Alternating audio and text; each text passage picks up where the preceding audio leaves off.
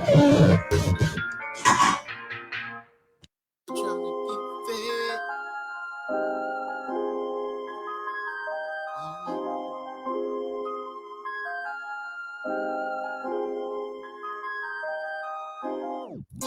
an everyday struggle trying to get fed. Need a spot at the table for my daily bread.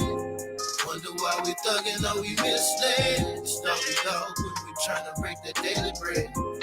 You can't feel the hunger through an op-ed. Don't cover how we suffer for the daily bread.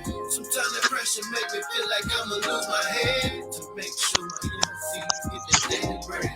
Waking up to the traffic in the sunrise. Just another day trying to strategize. Mama running late for work, thinking strike two. Third job this year, cause it's nothing new. Trying to stay in school, trying to learn something. It's hard to get your mind right when your ribs touch. Teacher think I'm mugging, that's just hunger pain. I'm being cinematic, but it's Hunger Games. Try to play it off, mute the suffering. But my stomach break the silence when it's rumbling.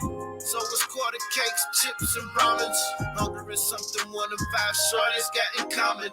Hit up corner stores, no fresh markets around. Sustaining from the shelf, no food straight from the ground. Multiply that times all the hoods in my town. We playing in the field, but nobody working the ground.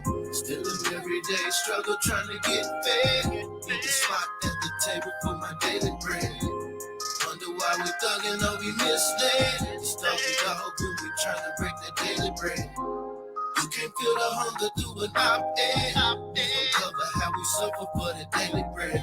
Sometimes the pressure make me feel like I'ma lose my head. To make sure my MCs get their daily bread. Some scrape their bread up from the crumbs left on the table. Sipping pot liquor to ease that rumbling coming from behind their navel. You're making that bread when you need your own dough. And the sharpest knife in the drawer can get a slice off that loaf. It's the life that I chose, but this life it chose me. You see, my daddy was a soldier and my mama a G.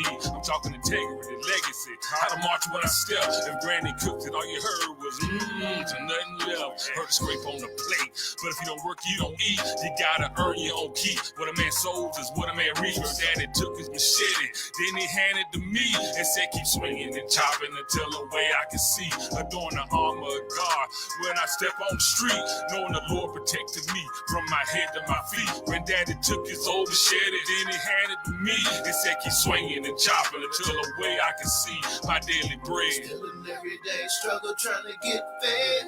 Need a spot at the table for my daily bread. Wonder why we thuggin', or we misled. It's doggy dog when we're trying to break the daily bread. You can't feel the hunger through an op-ed. We gon' cover how we suffer for the daily bread. Sometimes that pressure make me feel like I'ma lose my head. To make sure my young C's get their daily bread. What's going on? What's growing on? What is growing on? Welcome back to the B1AG Daily Bread podcast. I'm John Hennry Harris. We have Farmer Brown, the MC. We're living in some very strange and telling times. Last Friday, March 7th, there was a cyber attack on the Colonial pipeline.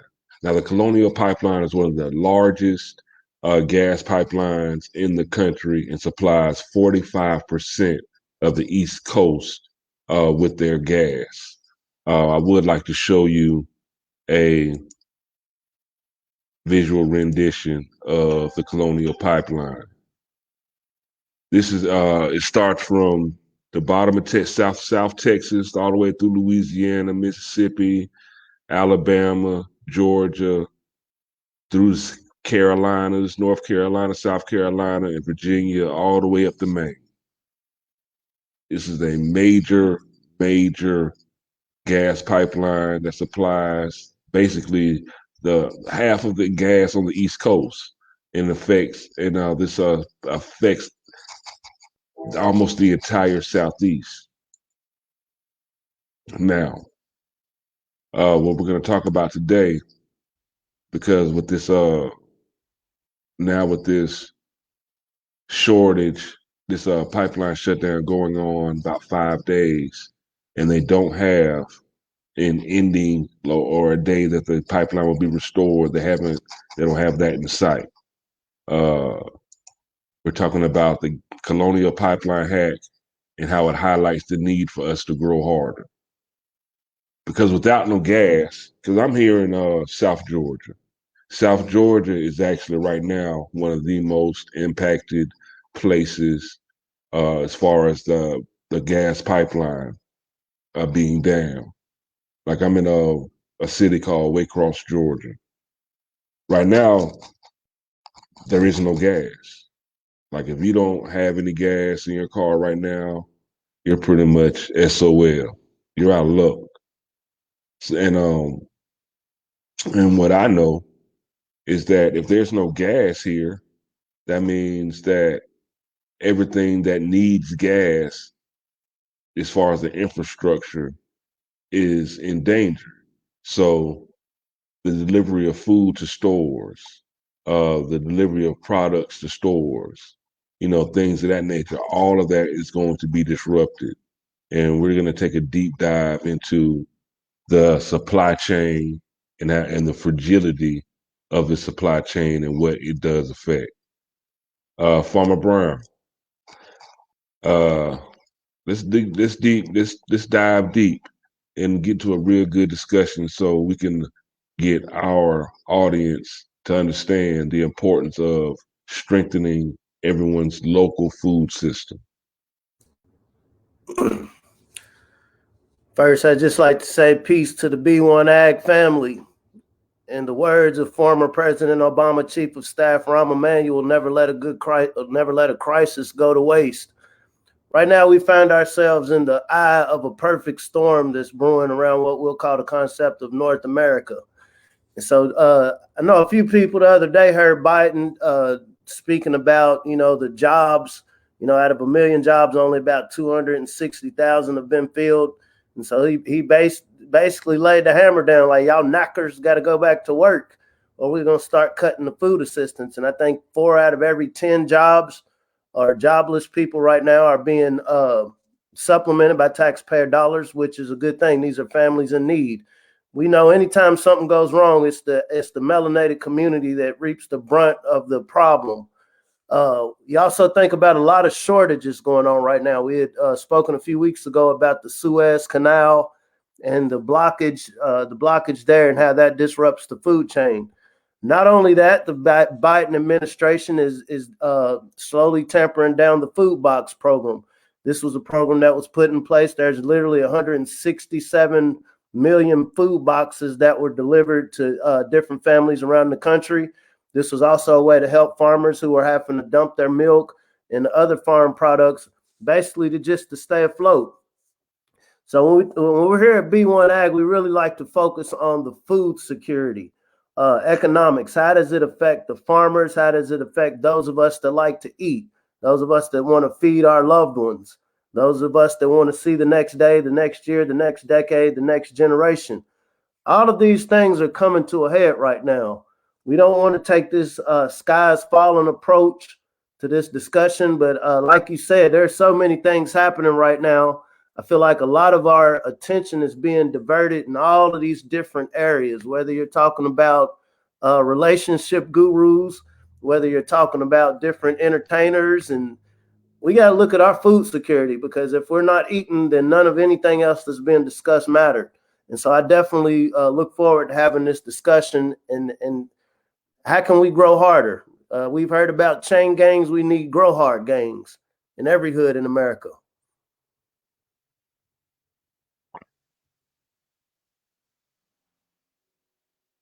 Now you say you need grow hard gangs. Now when you say grow hard gangs, uh, I know what you mean. So you may need groups of people, especially our men in our community, that are ready and willing to put these shovels in the ground and get to growing. Um, Now I know it's been popular, especially over the last few years, to attack men, especially black men, and with words like toxic masculinity and things like that. But just to be honest, there's a need for manly men now more than ever, and our value to society and to our people is on display now more than ever as well. Now, as far as the Colonial pipeline hack, we do know that this will cause shortages, and there have been reports about the shortages that are to come from this supply chain, as well as other supply chain. This isn't the only supply chain blockage or hack. You know, we had the Suez Canal, and we're still reaping or feeling the ripple effects from the Suez Canal blockage. But this is just like another incident in a list of incidents. Do you want to go ahead and show it? We want to go ahead and pull up this news video showing what we can look for as far as shortages. But first, I would like to put up our copyright disclaimer. Copyright disclaimer under Section 107 of the Copyright Act of 1976. Allowance is made for fair use for purposes such as criticism, comment, news reporting, teaching, scholarship, and research. Fair use is a use permitted by copyright statute that might otherwise be infringing. Nonprofit, educational, personal use tips the balance in favor of fair use. All right. Go ahead and pull up this news article for y'all. This news report.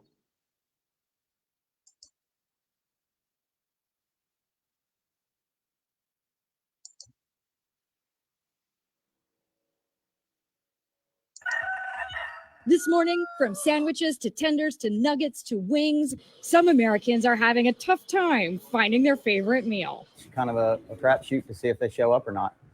You may order 10 cases, they may send 3. They may send none. We're getting about 2/3 of what we typically would order. There's some days our food reps will call us and they say we might not be able to get you anything. Some analysts blame COVID for an apparent chicken supply shortage. The pandemic caused poultry plants to reduce staff. The virus also made people stay home, and lots of Americans ordered comfort food, such as wings, for delivery. What happened is we didn't have optimal chicken distribution. Some chicken was in some parts of the world. It needed to be in other parts of the world. We just couldn't move it around. Add to those factors a bad winter and power outages in major poultry producing states like Texas and Arkansas, according to the National Chicken Council. And you have the perfect storm. We were closing throughout the day because we didn't have enough chicken to stay open. Local farmers noticing the chicken frenzy firsthand. We currently don't have any commercial poultry producers in New Hampshire. So the demand for chicken really increased on the local farmers. Some say the chicken craze started pre-pandemic. That crispy chicken on toasted brioche is like, when there were lines around the block and a sold-out Popeye sandwich in 2019. Other fast food chains jumping on the chicken bandwagon. McDonald's, known for its beefy Big Macs, now says chicken is selling beyond expectations. Colonel Sanders also launching a new fried chicken sandwich, with KFC seeing sales surge. The National Chicken Council told us that while supplies are tight for some chicken parts, there is no shortage, and that supply will normalize in the next few months.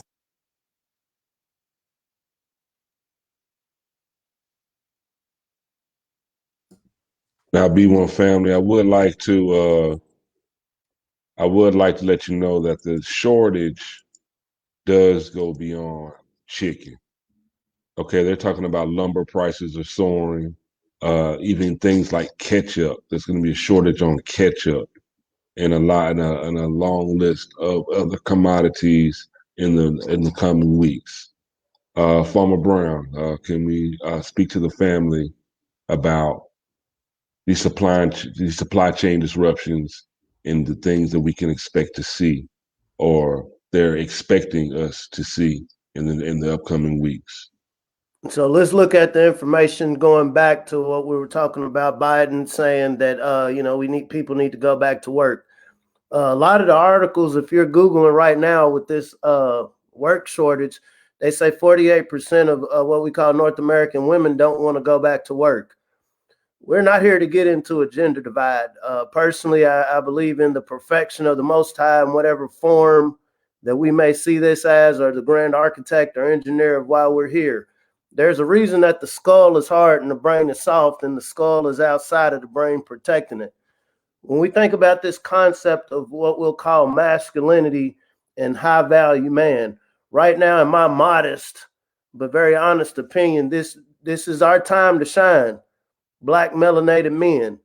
Right now, when we talk about this U.S. economy, the narrative posted through mainstream media is saying that, we can't get our economy back going unless the women come back to work.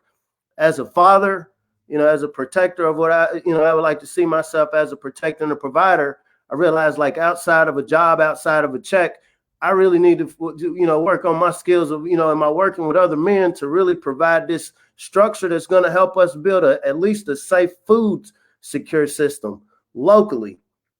Here in Lexington, we have the Black Soil Fulfillment Center. We're able to get produce from rural farmers and sell it through a market. It does well here, but it barely scratches the surface on the effort that's going to be needed from the Black men as we're seeing this crisis.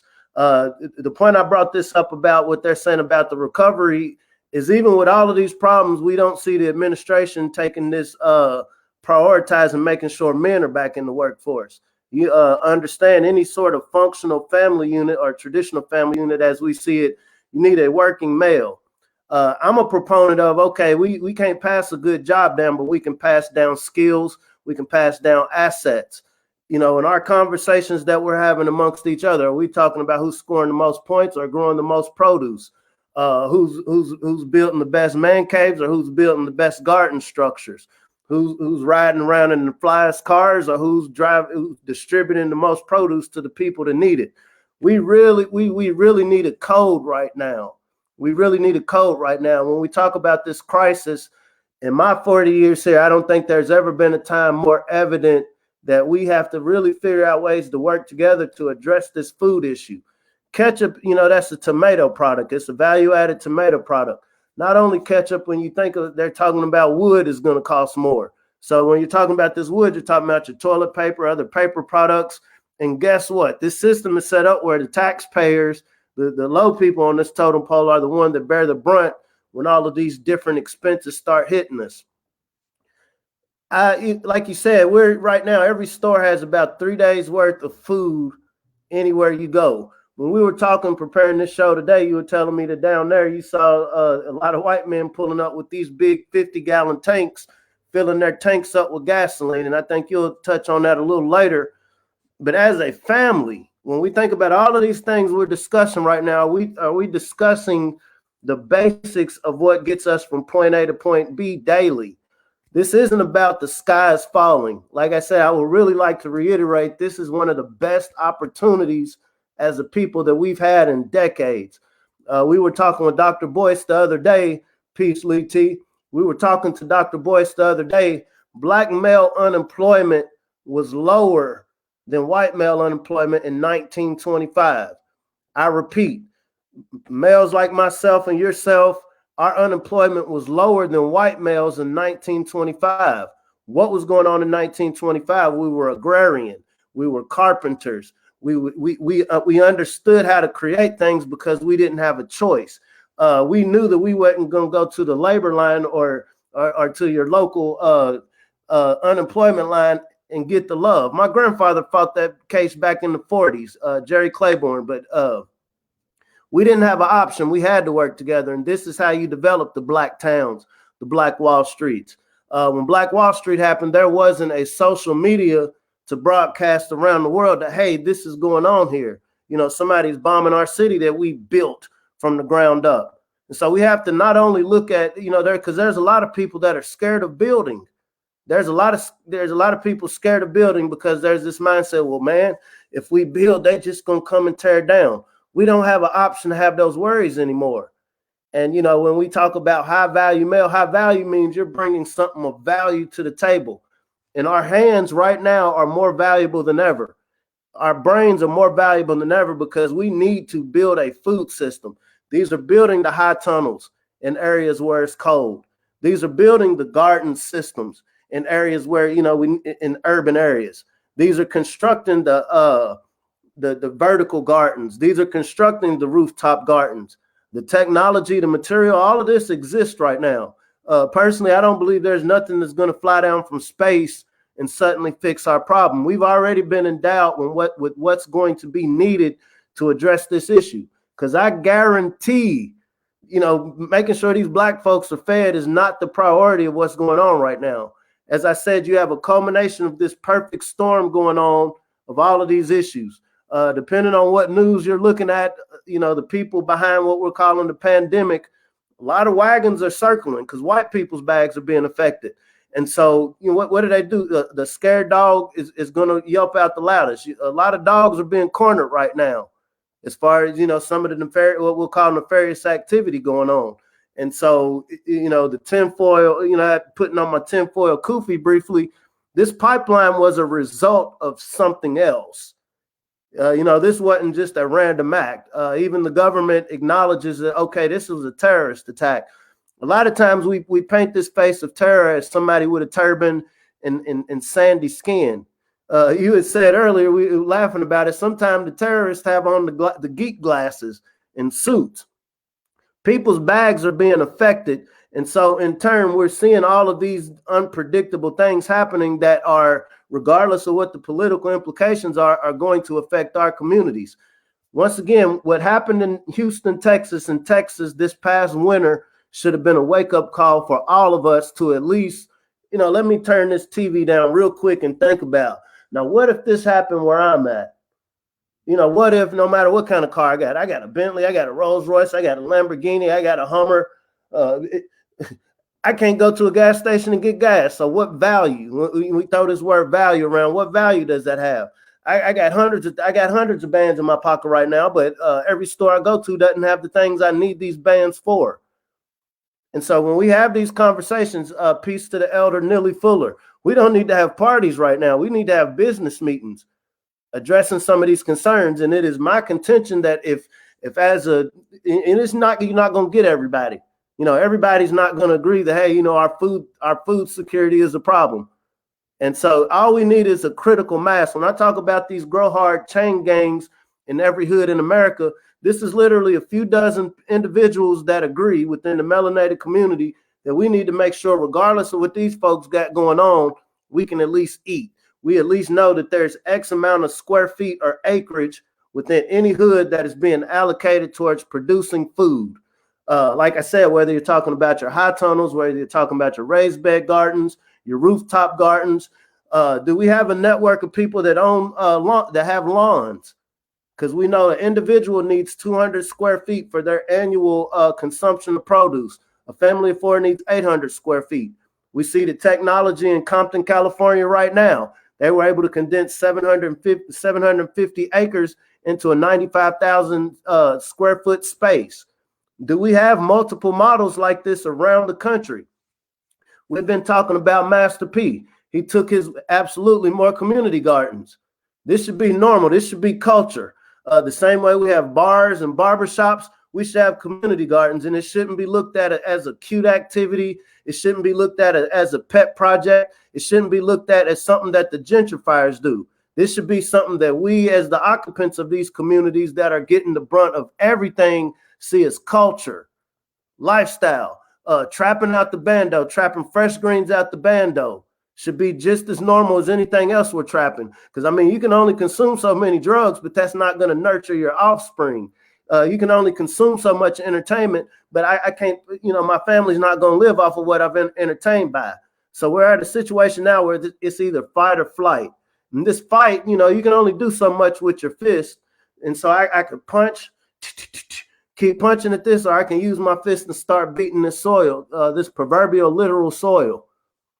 That this is an issue we have to address yesterday.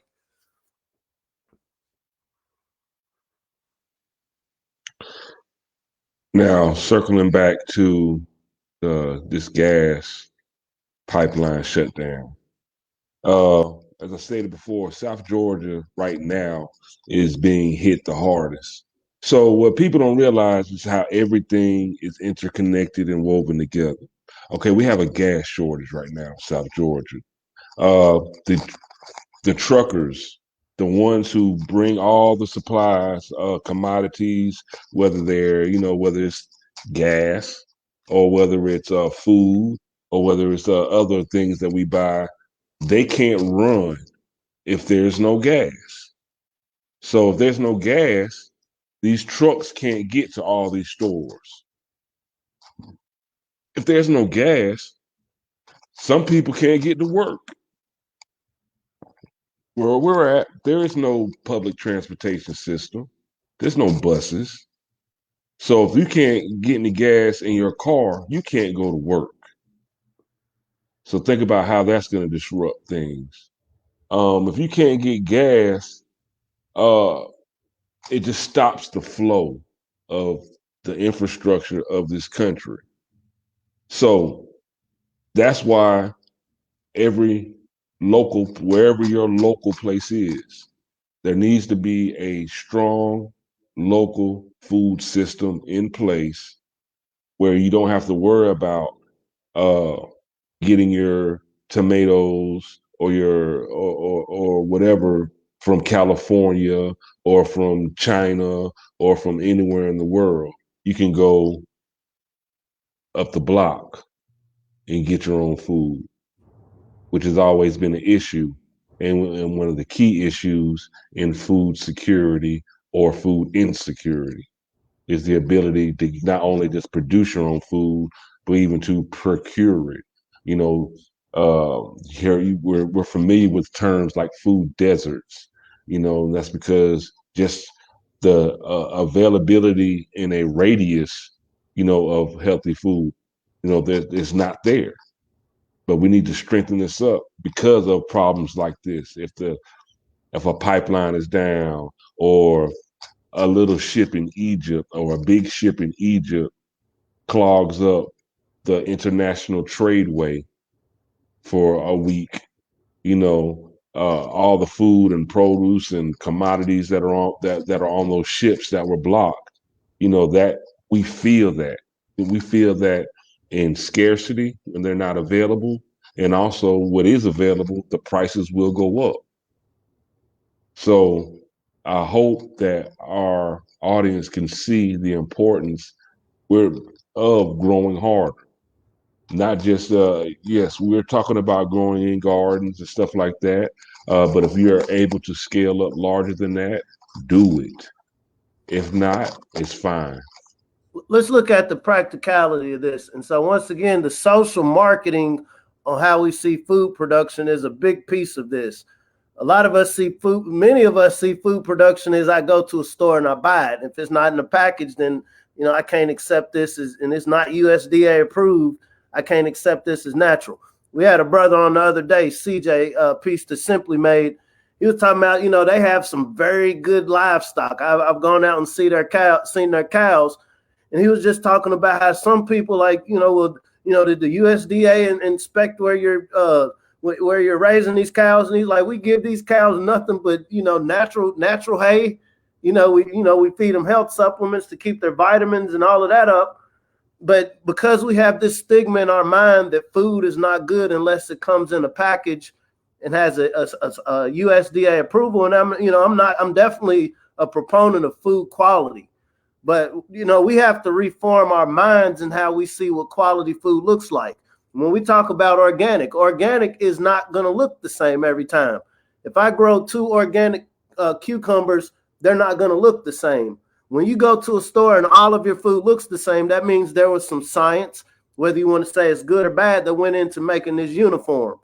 Because believe me, the level, how high the shelf is in a grocery store, there was science that went behind that. We want to make sure when the shopper rolls through here that the product they want is directly in their purview. Because there's different companies, there's different producers who are vying for this space. Everything is a code that we operate in. And so one of the points that we're wanting to reiterate here at B1AG is, are we at this point, we're not going to perfect it today. If we started today, you're looking at least 2 or 3 years before we can even really get a solidified code to start with. But this has to be something that we're thinking about now. Okay, maybe we're not going to have perfect looking cucumbers, but they are healthy cucumbers. Practically speaking, okay, so we have 10 houses on this street. with a quarter acre each of worth of lawn. There are specific, and we're going to go into this in our grow your own food course on the Black Business Network. There are specific produce, crops, plants that you can grow in each of these yards. Maybe the yard down here, it just has heavy sand content. So we know we need to add more clay, more silt. Maybe the yard up there, they don't really got any soil at all, but they have space to put some raised bed gardens. Up here, we're going to grow carrots. All we're going to grow in our yard is just strictly carrots. Yard 2, okay, we don't want to grow carrots. We don't grow nothing else, but we're going to grow lettuce. That's all we're going to grow in this yard. Yard 3, okay, we know we're in a community of people that eat a lot of tomatoes. And so we're just going to grow tomatoes. Yard 4, okay, maybe we're just going to grow leafy greens. Maybe we're just going to grow celery. But the point I'm making is it's applying this communal economic mindset, not as I'm just this selfish person. I'm going to grow everything I'm going to eat throughout the year. That's just not practical. It's not realistic. There are some things I eat every day that I know aren't going to grow well in the state, in what we call Kentucky. And so there, either my relationship is going to be with the grocery store or market where I buy them, or I work with people directly who grow these things. Beans, peas, corn. You want to get corn from somebody that got larger plots of land. And so this is another thing, really contextualizing the foods that we eat, whether you're talking about the grains, dairy. We're not going to be able to supply hoods. Absolutely. We're not going to be able to supply whole hoods dairy intake from a neighborhood. That's just not realistic. When I think about some of the Hispanic community up here in Kentucky, they have chickens in their backyard, and that's normal. That's code to them. They don't go to a store and buy poultry. They don't go to a store and buy eggs because they raise them in their backyards.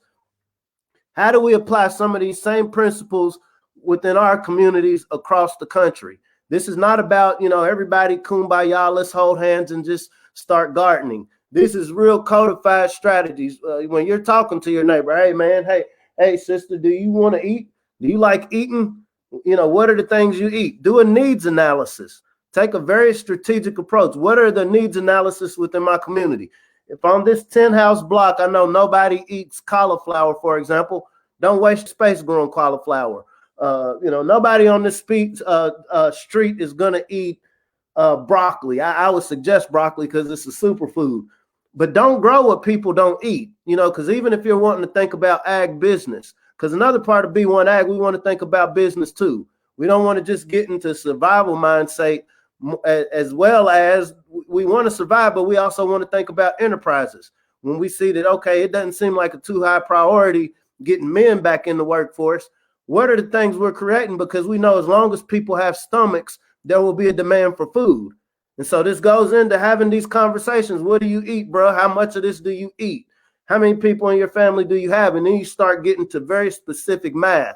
And then you do a needs analysis of space. And this is where your real estate investors come in. Okay, I know I have X amount of people, 10,000 people within this 4-mile radius within this community. Everybody's not going to buy in because some people are not going to eat the food unless it comes from a grocery store or restaurant.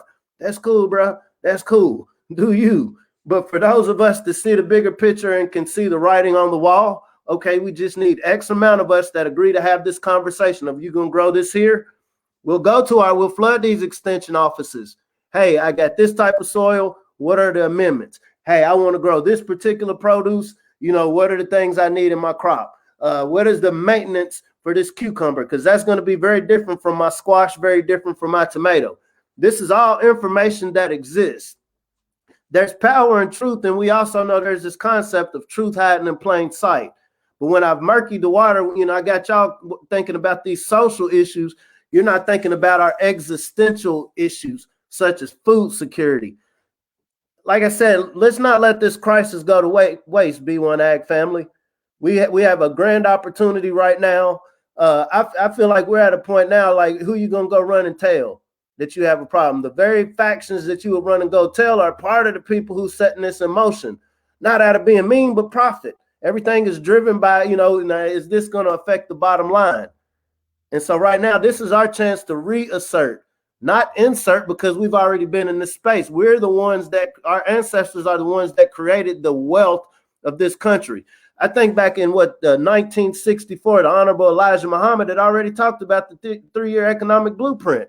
We need to grow our own food. It was a few years later when you think about the Black Panthers, you know, the guns, all of that was cool, but it was when they were starting to do these feeding programs that it became a problem.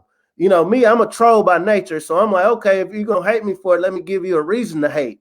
If you're going to hate us for feeding, you know, I can't think of nothing but divine providence behind really taking a codified, intentional approach and making sure that your people are eating. We keep going back to what they said Napoleon Bonaparte said, an army marches on its stomachs. Any engagement that we want to take on, whether it's economic, social, political, we have to feed those who are engaging in these battles. Feed them literally, metaphorically, and with support. Going back to these investors, I'm kind of jumping around, but I'm hoping the viewers are understanding how practical this really is. You don't have to ask anybody if you can grow something in your yard or not. There are many cultures around the world that see the concept of what we call the West is like, why do y'all just have these big yards, you know, with these cute lines in them? Why aren't you making this yard useful? Don't feel like you can only be productive if you have a large farm. A quarter acre, you can literally produce obviously enough for your family, but enough to share, enough to barter with other members of your community. There are people that have vast spaces right now because of social distancing and whatever else is going on, that these spaces are empty. When you're talking about urban gardening and urban agriculture, you can actually create spaces where, okay, maybe right now I'm not going to have a lot of people coming out to, for whatever events, but we can grow something. And then when it does open back up, okay, we can go back to our events and just take this material and go somewhere else. So really having these practical discussions, really supporting what, some people think of the people who grow food as weirdos. Oh, they're green thumbs. Oh, they're naturalists. Okay, whatever. Do you know how to produce something that my babies, my wife, these are the people that we need to support in our communities, because I guarantee you, right now they're using our entertainers to convince us to do all these other things, right? And so if we can give a quarter of the support that we give to those that entertain us, to those that have the knowledge and passion to feed us, we make progress. Because I guarantee, what did they say? Houston, we have a problem. Black America, we have a problem. Our food security is severely under siege right now. Whether we say it's for nefarious means or just as a byproduct of all of these other things happening, we need to have these conversations, because all we got is us. Nobody else is going to value our food security over ourselves. This is the grand opportunity, because the beauty of it is, as we're doing this to make sure we have a good, secure food system, our children are watching us. Because, what I've learned about gardening, producing food, is you learn more by actually doing it. Like, you can read. There are extension publications and other sciences that you can read, but then there's nothing like putting your hands in the ground, putting your prints in the mud. And as your child is watching this, as your children, your community is watching this, seeing that parent, influencer, coach values this, guess what they're going to start valuing? Because I know my 2-year-olds, it's funny. So when I go pick them up from daycare, first thing they do when they come to the crib, because I got, a little garden set up in front of the front door. They'll pick up the pitcher and start watering. They don't even know how to say water fully yet. But because they've seen me do that so many times at a frequency, this has become code to them. I didn't have to beat that in their head. I'm like, hey, when you come home, get this pitcher and water. Didn't have to do that. They do that by learning. Apply this to, our teenagers right now. They're blooping because they're being confined. When you think about these confined animal feeding operations, a lot of the black hoods in North America are confined animal feeding operations. And you only feed to process it. I'm not going to go down that rabbit hole right now, but the point I'm making is this is very practical, people. I can't think of any time in my lifetime where we've had an opportunity like this to assert ourselves in food security, primarily for the B1 community. And as a result of us mastering the ability to feed ourselves in any weather, Birdman any weather, flying any weather, we then create a product and services that will be useful after, whatever you want to call this pandemic, these services will be useful because we see we're in a nation that has lost this ability to feed itself locally. Right now, a lot of our farmers, unfortunately, their revenue is dependent on foreign nations purchasing their goods. This is how divided we are. This is how crazy our food system is. Because of a ship getting stuck in Egypt across the ocean, we're not eating ketchup on our burgers, on our fries.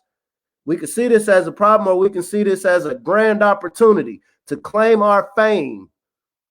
And when we talk about, the high value male, I'm not a life coach or a relationship coach, far from it. But I know the degree that I can feed those that I care about in my household, that's value. That's value. And then we can get to the next day to talk about the other things. But as men, as a community, what can we do? Because our sisters got a role to play in all of this as well, if not more important, because, who's going to process this? Once again, the sisters are the brains of this operation. The males in my little weird purview are the structure. We're the structure. We're the skull that protects this brain to put that black woman magic to work. And so how are we going to put all of these things together in the code to feed ourselves? At the end of the day, it's about community. And you don't have to like your neighbor to be in unity with them. And the thing about community, the common thing that will unite us is the fact that we all need to eat. And as you said, we have on your block, you can specialize each yard to produce X amount of produce. And then y'all can put it all in the pot and split it up. And this is something that we can do for free. Do for free. You don't have to. The only charge may be sweat equity. Put in the work. That's the only fee there is, just to put in the work. But we need to look at our neighborhoods, our communities. We need to get united. We don't have to like each other, but we do need to be able to work with each other, especially to help feed one another. B1 family, I hope you take these words, these seeds we're trying to plant in your brain, and really think about it. Okay, how can we grow harder? How can we make sure that if what hits the fan, that our family is still going to be able to eat? How are we going to make sure that Miss Johnson down the street, she's 80-something years old or 70-something years old, how are we going to make sure that she can eat? How are we going to make sure that, Brenda she has 4 kids. How are we going to make sure that her and her 4 kids can eat? We have to really love each other enough to put plans in place to make sure that we can win this race called survival. That's all we're trying to do, is survive. And we're trying to do more than survive. We want to thrive. Not just survive, we want to thrive. So I hope we have these, continue to have these conversations. B1 family, let's get black to the garden. You can sign up, go to healthyblackfood.com. You can sign up, and we have a course teaching you how to grow your own food, black to the garden. You put in the promo code podcast, and you receive an instant 30% off. You receive an instant 30% off discount. Go to healthyblackfood.com and sign up today. It really could save your life, and it could build your community. It could turn your community into an enterprise. Every community needs to be an enterprise. That's how you build Black Wall Streets. Every community needs to be their own Black Wall Street. And that's for sure. And also, if you have any questions, comments, or you have pictures of you and your growth of what you're growing, send it to b1aghiphop@gmail.com. We'd love to highlight it on our show. And plus, we just want to show that, our people can grow. We do have a growth mindset, and it's not as hard as you think. You know, this is a very practical way to live. It's a very practical addition that you can add to your toolbox. You know, I call it asset building. And the more assets that you have, tangible assets, things you can do to secure your survival, the better. And growing your own food is a major asset to have. So I hope y'all had a wonderful, I hope you got something from today's conversation. Look, supply chain. I need y'all to Google that, find out what that is. The whole world is held together with a intricate series of supply chains, which is wonderful. It gives us more options and just more options, period, and then overall more products. However, when there is a disruption in a piece or pieces of the supply chain, it affects everything. And that highlights the need for us to have a strong local food system and to be able to grow our own food closer than across the world. We got to have it up the street, not across the world. So, Farmer Brown,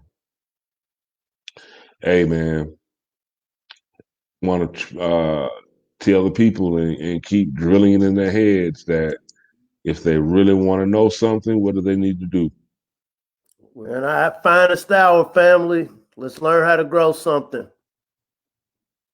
Y'all hear it? People, B1 family, B1AG family, be prosperous. Feel the love. Love somebody. Feel the wind today. I want y'all to go outside and get some of that sun on your face. Hug somebody and put those shovels and seeds in the ground. Till we see you again, we're out. Be blessed. And we'll see you at the next Daily Bread podcast. Peace out.